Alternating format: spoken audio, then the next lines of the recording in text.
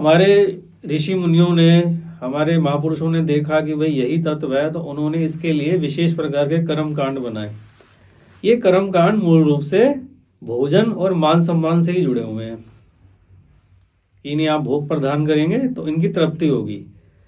तो तृप्ति क्यों होगी? क्योंकि हम इनको अभी भी जीवित ही मानते हैं। ये जीवन के प्रति श्रद्धा है। जो जीवन के प्रति श्रद्धा है उसी का नाम श्राद्ध है।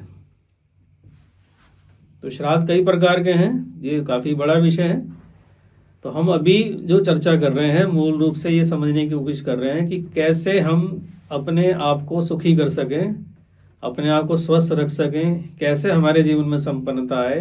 तो संपन्नता के ये दो ही मूल मार्ग हैं, जिसमें पितृदोष की शांति और कुल देवी दोष की शांति करना है।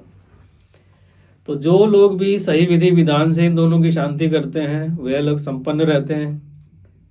उनके जीवन में परेशानियां या समस्याएं बहुत कम आती हैं, नाम मात्र की आती हैं, और वो सबके लिए मददगार भी होते हैं, एक दूसरे के लिए बड़े हेल्पफुल रहेंगे। और उनका कुटुंब भी काफ़ी तरक्की करता है, वो खुद भी काफ़ी तरक्की करते हैं।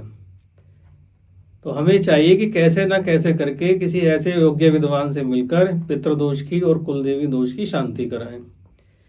और साथ ही साथ हमें यह भी चाहिए कि हम अपने आज्ञा चक्र को और मूलाधार को चक्र को सही से संतुलित, सही से जागृत और विकसित कर सकें, ताकि हमारा शरीर भी स्वस्थ रहे। और क्योंकि संबंध तो शरीर से ही है, जब तक हम जीवित हैं तभी सब कुछ है।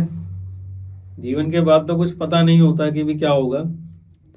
इसलिए जब तक जीवित हैं तब तक हमें जीवन से जुड़े जो भी तत्व हैं उनका मान सम्मान करना ही चाहिए। क्योंकि जो भी हमारे बुजुर्ग हैं, अगर उनकी तस्वीर हमारे सामने रखी है तो हम उनको कभी जमीन पे नहीं रखेंगे, हमेशा ऊंचा उठा के रखेंगे।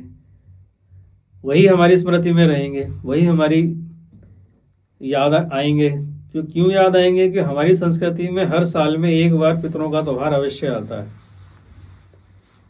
ठीक है, ऐसे ही देवी का त्योहार भी हमारे संस्कृति के अंदर साल में 2 बार तो आता ही आता है।